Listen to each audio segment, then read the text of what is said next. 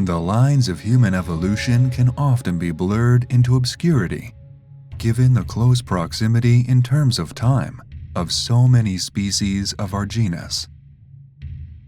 Species have been, in the past, renamed, reclassified, and combined. And today we will be examining this in action, in the case of an archaic species of human, known as Homo Heidelbergensis, a possible ancestor of Homo sapiens, and one of our closest ever relatives. The boundaries and similarities between our species and Homo heidelbergensis are in fact so similar that scientists are still considering the idea that Heidelbergensis could indeed be a subspecies of Homo sapiens. In today's video, we will be exploring the life and evolution of Homo heidelbergensis, examining just what makes it so similar to our own species. We will look at how this species may have lived, where it lived, and how it was discovered. Although this is an archaic human with much to teach us, a wealth of information has been discerned from skeletal evidence found at archaeological dig sites, and we will be examining this information to put together Homo heidelbergensis' story.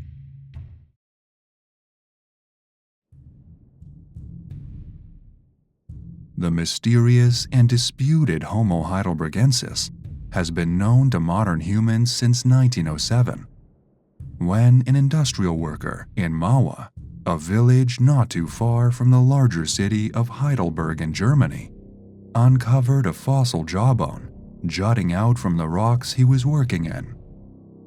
Noting the importance of the find, the man extracted the bone from the rock and brought it to the famed anthropologist Otto Schoetensock, who, in the following year, officially named and described this species as a new archaic human, giving it the name Homo heidelbergensis, translating into English as Heidelberg man, or the man from Heidelberg. The bone in question, a lower mandible jawbone, complete with a nearly full set of teeth, is thought to have belonged to a young adult of the species in life, determined by Otto Schoetensock based on the lack of wear and tear on the teeth. What prompted Otto to classify the Heidelberg man as a new species of archaic human was the proportions of this jawbone. Compared to the mandible of a modern human, Homo heidelbergensis was huge, with a much bulkier form and shape to it than ours. If we ignore the controversies that have come out of this convoluted discovery, for now, then several other specimens have previously been assigned to Homo heidelbergensis. The best known of these specimens are fossils, mainly skull remains, discovered from various locations across Africa and Eurasia.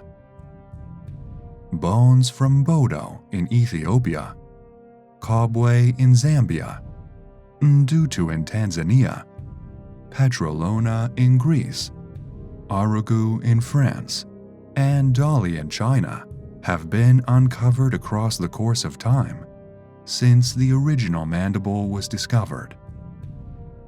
All of these bones share remarkable similarities, specifically in the brow ridges and brain cases of the cranium bones.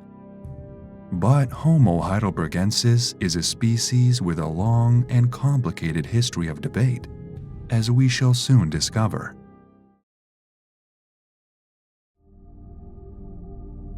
Before we explore the complications of this heavily disputed species, let's take a look at what these scientists are working with.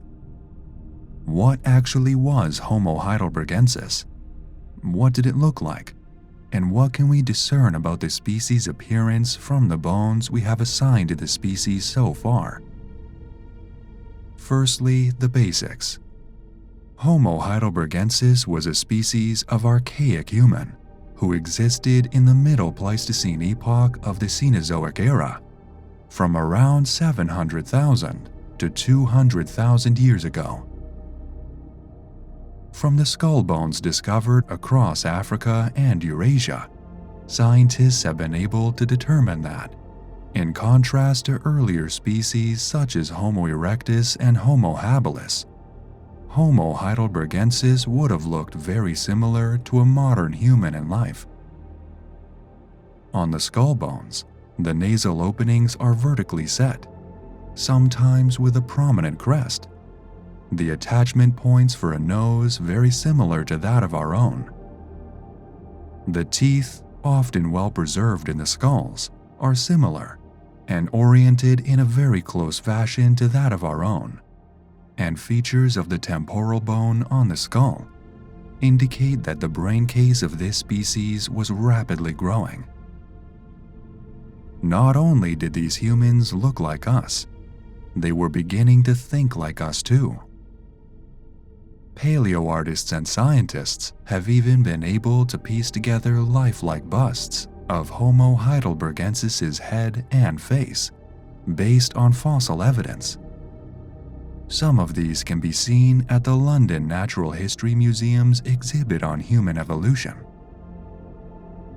Although scientists have not yet uncovered many bones from the torso and limbs of Homo heidelbergensis, they have been able to infer what this species may have looked like in full, based on its position in the family tree, using older and later species to determine a body plan. Using this method, alongside the factoring in of several long bones, such as tibias and femurs from African and European specimens, scientists have suggested that, on average, a male Homo heidelbergensis individual was between 5'7" and 5'10" in height, whereas females were between 5'2" and 5'7" on average. Although slightly shorter than modern humans, this was a significant increase from the Australopithecines and early members of the Homo genus from the early to middle Pleistocene. These later species were evolving longer legs to help them cover greater distances, which can be seen firsthand inbuilt in the massive range of similar fossils across Africa and Eurasia. Later species of humans to exist throughout the Pleistocene tended to branch off into two slightly varying body plans. More common was the stocky, more barrel-shaped body, akin to that of a Neanderthal or Denisovan, a well-adapted body style for the harsh northern climates of Eurasia. Also found in archaic humans was the more Homo sapiens-like form, more narrow-chested and slender than other species. It is thought that, while these Middle Pleistocene humans were increasing in height, they still tended to adhere to the body plan that would later become synonymous with the Neanderthals. Homo heidelbergensis, therefore, possessed a bulky, stocky body plan, with a broad pelvis and thick leg bones.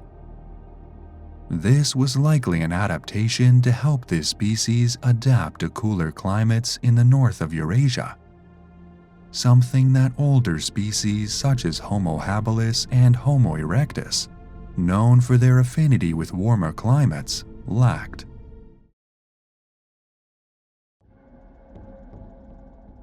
The controversy began in the 1950s with the anthropologist Ernst Mayr, noting the extreme diversity of the number of species of archaic human popping up throughout the course of the Middle Pleistocene.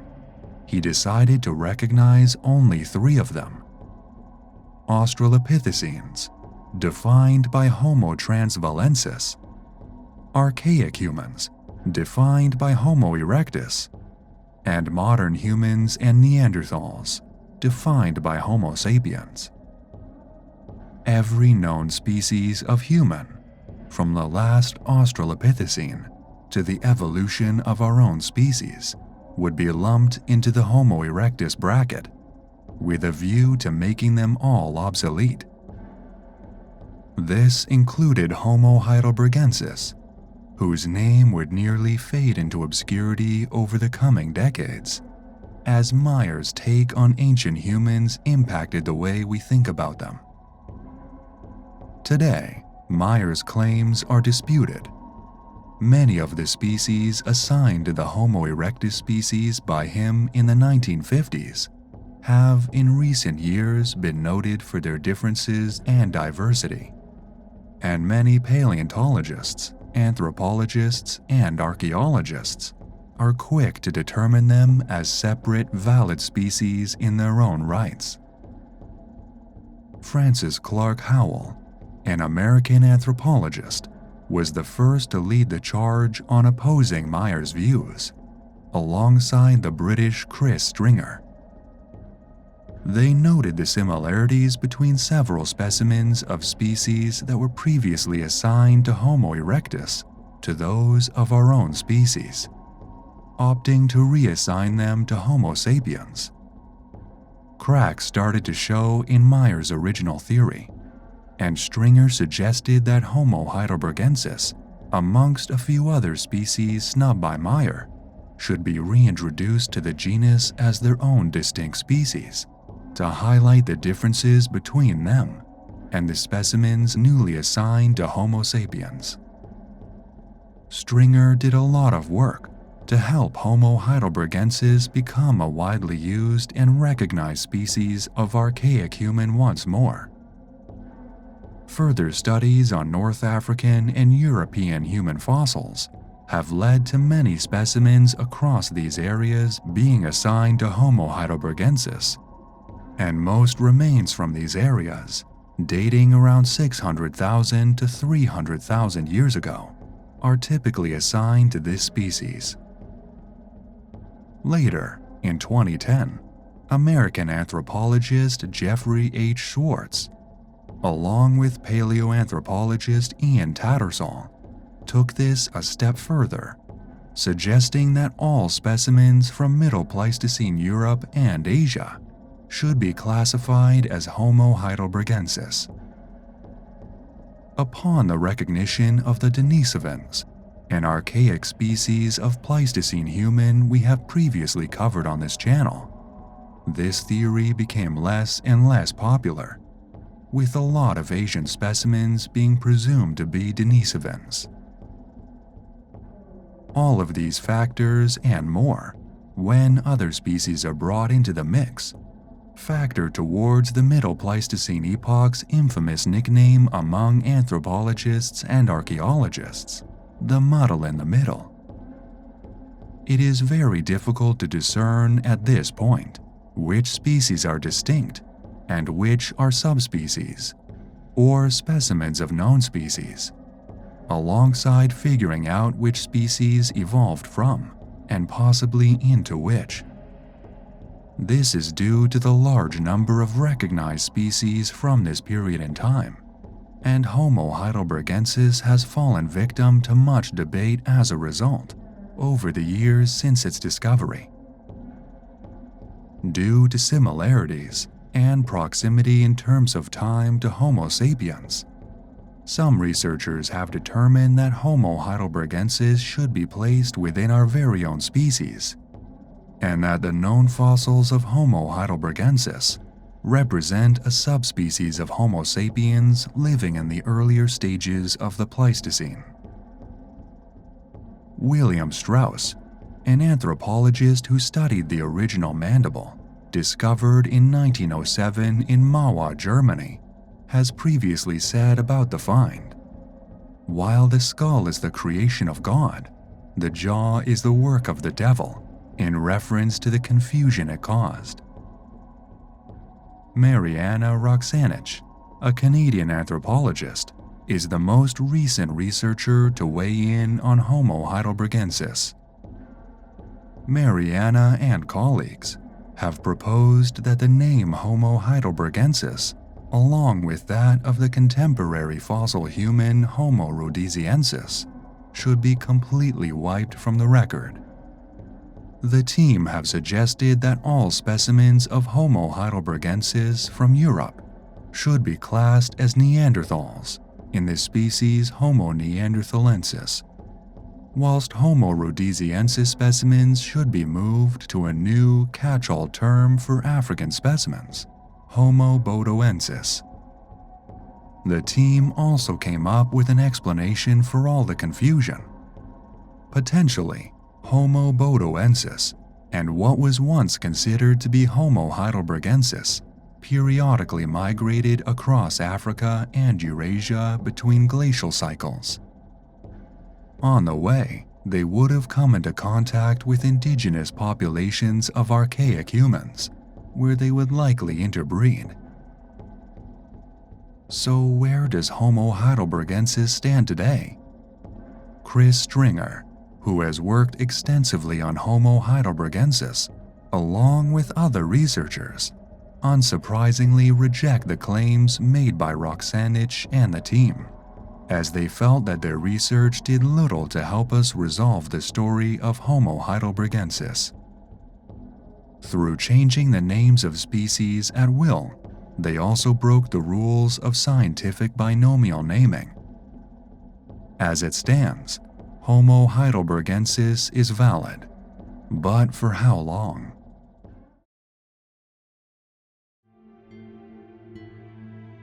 Homo heidelbergensis, it has been determined, was one of the first humans to be more strictly carnivorous than other species that preceded it.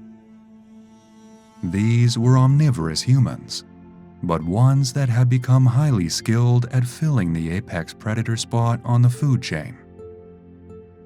A better understanding of weaponry and hunting techniques allowed these early people to hunt big game, actively stalking and pursuing it across the steppes and forests of the Middle Pleistocene.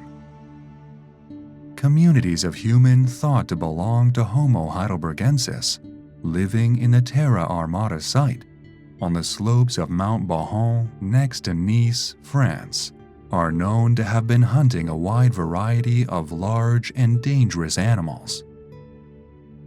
Deer formed a large part of their diet, as did ibexes, cattle, horses, and boars.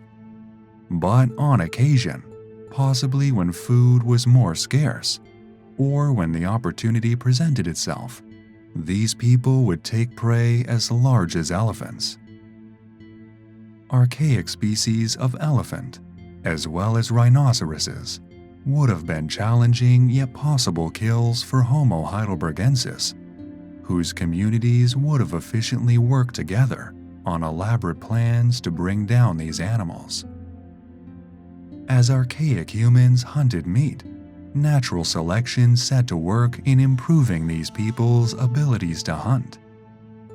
Larger brains led to better hunting strategies, which led to the ability to hunt larger and more complicated prey. It is thought that, when hunting, Homo heidelbergensis teams worked together to herd prey animal into environmental features that were difficult to escape. Larger animals, such as elephants, may have been chased into swamps or marshes before being circled and killed with sharp spears and points. Meat was not the only food source on the menu for Homo heidelbergensis, however, and communities of these humans are known to have taken a wide range of berries and nuts, and possibly even tree bark. To counteract the threats of protein poisoning inflicted by a consumer of a diet with a very high meat content, a large deal of carbohydrates would need to be consumed. Plant matter does not fossilize as well as animal bones, and for the time being, we cannot determine too much about the plant-based food intake of Homo heidelbergensis. But it is known that the Schöningen site in Germany, associated with high-quality hominid finds, is home to over 200 plants that can be safely eaten, uncooked, or otherwise. Given that these plants were likely present at the same time Homo heidelbergensis was present on the scene, it is safe to assume that many of them would have found their way into the diets of this species.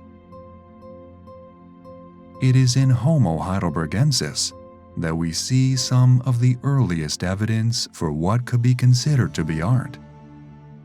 Engravings and carvings have been uncovered across the areas where Homo Heidelbergensis would have been living that bear no logical explanation other than a symbolic one, indicating that these people may have been carving simple patterns or lines into rocks for fun, or to make a note of something. Such structures have been found across France and Germany. Potential jewelry has even been discovered from Europe in the form of perforated sponge fossils, which may have been threaded together to form charms or beads on a necklace or bracelet. These structures appear to have been deliberately chosen due to their round form and presence of holes, which were cut through to create a bead-like structure. We also know that many humans from this period in time were utilizing ochre to create a paint-like substance. Red ochre is particularly common. Scientists have suggested perhaps due to the fact that it bears a similar color to that of blood. At the Terra Armata site near France, over 70 pieces of ochre have been found that are thought to have been mixed to achieve different shades of reds, yellows, browns, and oranges. This indicates that these people had a preference for the color they used to decorate their structures and potential artwork, meaning they had a basic understanding of creativity and design.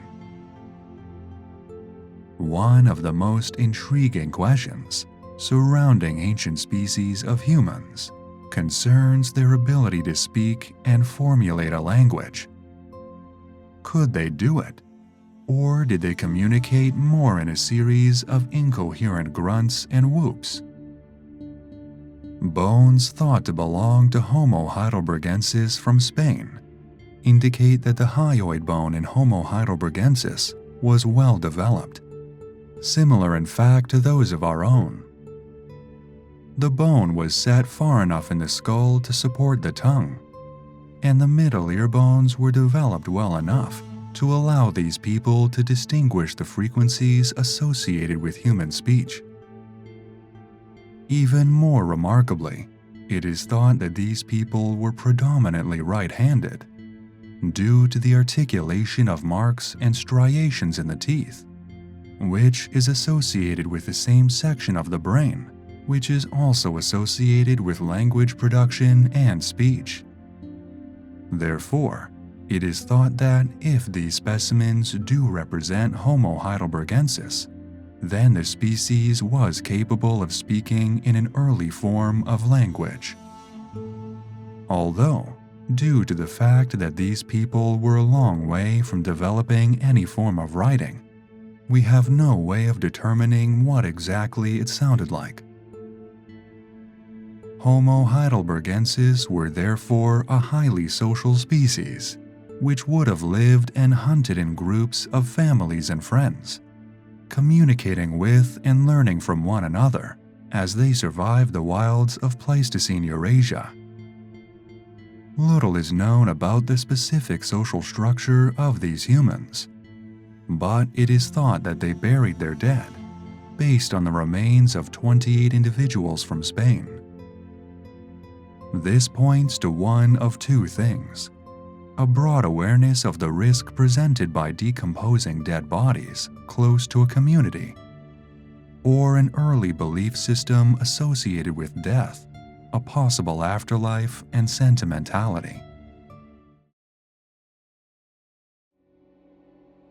Homo Heidelbergensis are among the first humans to have made tools, classed as belonging to the Acheulean stone tool industry, which was prominent across the early Stone Age.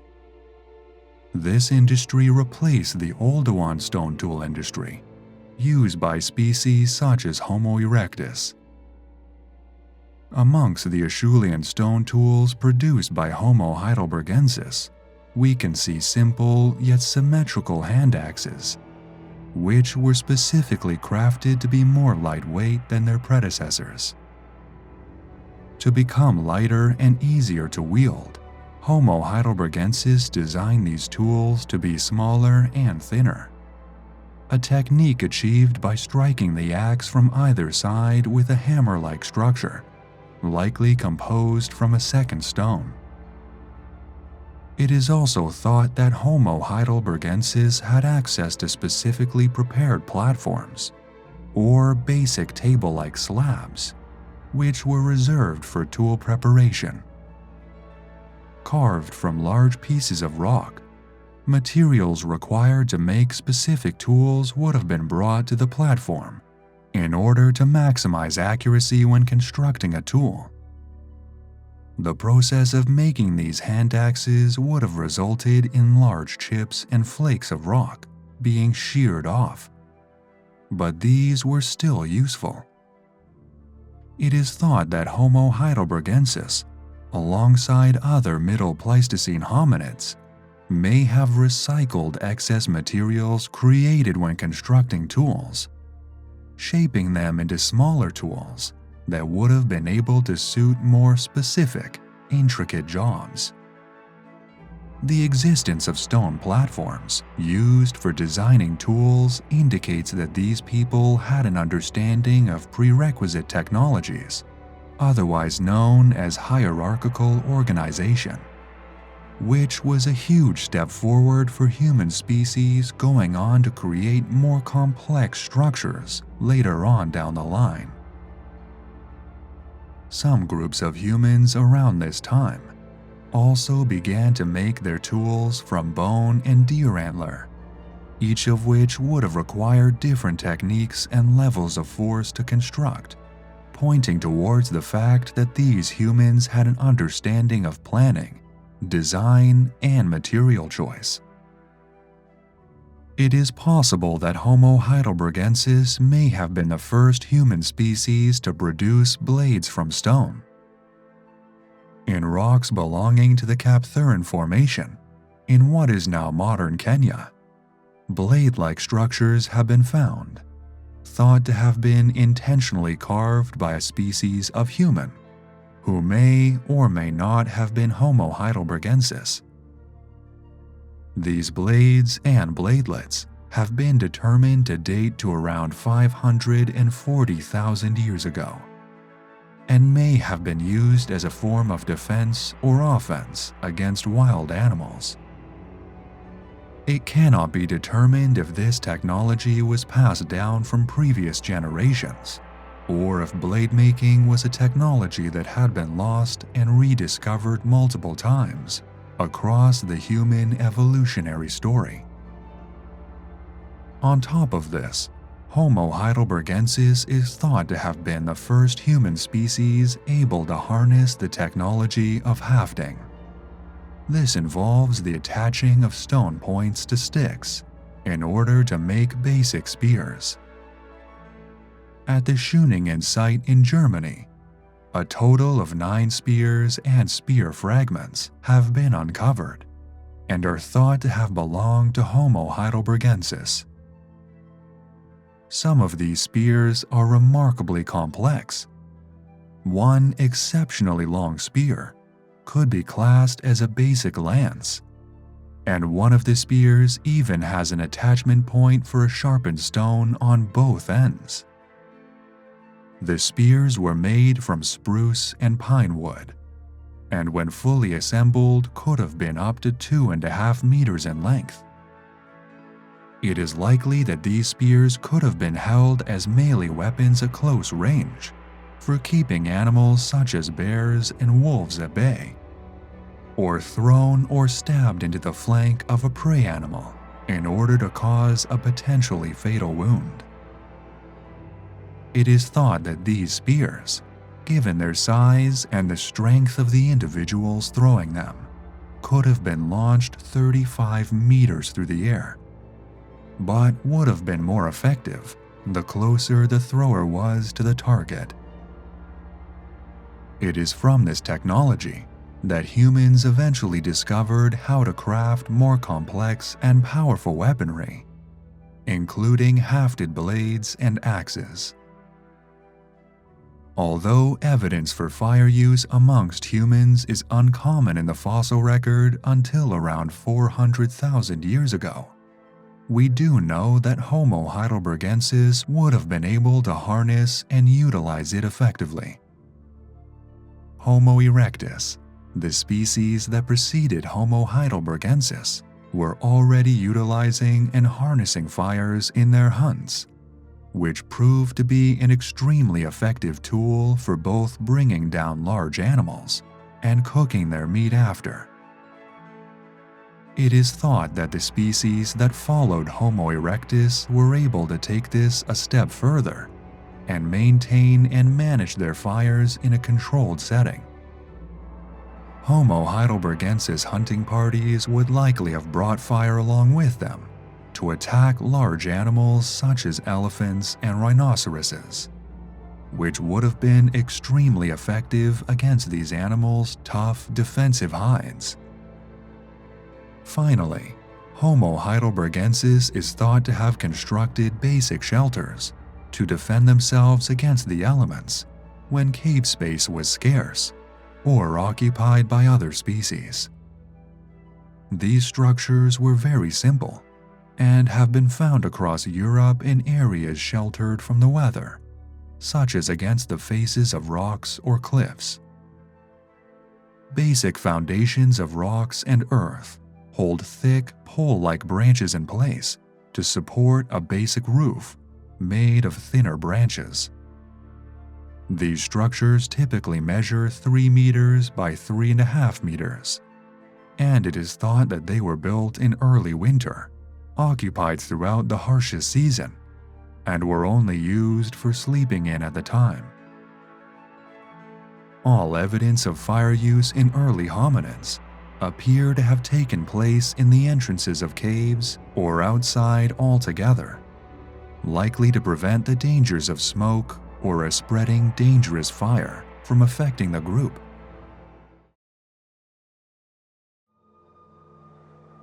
Much of the environment traversed by Homo heidelbergensis would have consisted of steppes and forests, cool and cold in temperature to the north. To the south, in the lower reaches of Europe and the vast swaths of Africa, grasslands and plains would have dominated the landscape, offset by patches of forest and the occasional mountain. Homo heidelbergensis was an adaptable and hardy species that could therefore inhabit a wide variety of ranges and environments, and could have exploited a plethora of food sources in these environments. Alongside the food sources associated with the species, many dangers would have been present across the ranges they inhabited. Rival groups of Homo heidelbergensis could have posed a significant threat, especially if times were tough. Dangerous mammals, such as bears and wolves, are known across the Eurasian ranges, and large, powerful species of cat could be found throughout Africa across the time Homo heidelbergensis was present on the scene. Add to that the presence of dangerous herbivores, such as hippopotamuses and rhinoceroses, and carnivorous reptiles such as snakes and crocodilians, and you have a dangerous range of environments that could have quickly proved lethal for a young, sick, inexperienced, or elderly Homo heidelbergensis individual. These early humans needed to be hardy and defensive if they were to survive in these harsh landscapes.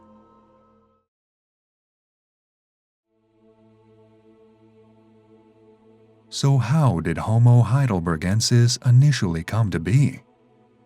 The species is in fact thought to have evolved directly from populations of Homo erectus in Africa, around 700,000 years ago. This is a process that is thought to have begun around 2 million years ago, during the migration of hominins out of Africa and into the wider ranges of Eurasia. Returning briefly to the debate on how Homo heidelbergensis should be classified, Some scientists believe that Homo erectus split into Homo heidelbergensis in the north and Homo rhodesiensis in the south, while other scientists believe that Homo heidelbergensis occupied both regions as the same species. It is commonly thought that Homo heidelbergensis is the ancestor of modern humans, Neanderthals, and Denisovans. But Spanish archaeologist José María Bermúdez de Castro came up with a differing theory in 1997.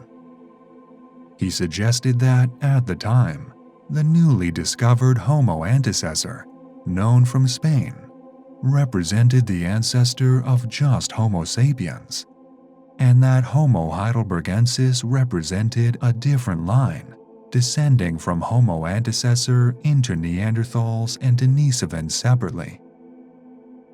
If his theory were true, that would mean that we are not directly descended from Homo heidelbergensis, and that the last common ancestor we share with the Neanderthals and the Denisovans would be Homo antecessor. Interestingly, Jose later backtracked on this opinion and returned to the original belief that Homo heidelbergensis was the last common ancestor of Homo sapiens and Homo neanderthalensis, the Neanderthals.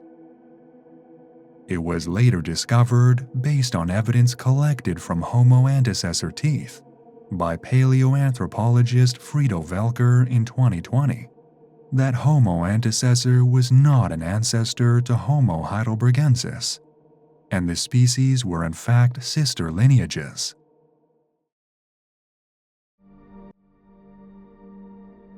This segment may in fact have a misleading title, as Homo heidelbergensis is thought to have evolved into our species, rather than having gone extinct. That being said, only select populations of Homo heidelbergensis would have transitioned into our own species, those who adapted to the changing world. Climate change and a potential lack of food sources in some regions may have driven the Homo heidelbergensis individuals who failed to adapt to their demise, with only the successful genes being passed on to the descending species. As the climate changed, towards the end of the Homo heidelbergensis's appearance in the fossil record, the environment and the food within it would also have begun to alter. The disappearance of food sources that the species relied on in certain areas, such as the megafaunal mammals such as elephants and rhinoceroses, would have caused a massive struggle amongst existing communities. And one by one, the groups that could not adapt faded into the depths of prehistory. The same thing would happen to their eventual ancestors, the Neanderthals, later on in the Pleistocene. Obviously today, it is only Homo sapiens that persist, and we are left solely with important archaeological finds, such as those unearthed in Germany and Spain, to remind us of our lineage. Homo heidelbergensis is a great example of how convoluted and difficult paleontology and archaeology can be. When so many similar specimens are unearthed across the world in such a short period of geological time, it can be massively difficult for scientists to get to the bottom of exactly what they were and which species they belong to. As it stands, Homo heidelbergensis, as a valid taxon, stands on rocky ground. There has been so much dispute about this species over the course of the last century or so that it would not be surprising if further information surrounding this species drives it into the depths of obscurity once more. But who knows? Perhaps it will then resurface again soon after. Regardless of whether or not they are given the name Homo heidelbergensis, these people represent a part of you and me, our ancestors. Go back several thousand generations, and your ancestors could have found themselves amongst these communities of early humans in Spain or Germany, hunting alongside your family groups after extinct elephants and rhinoceroses. It's an astounding thought, and one that we should all be proud of.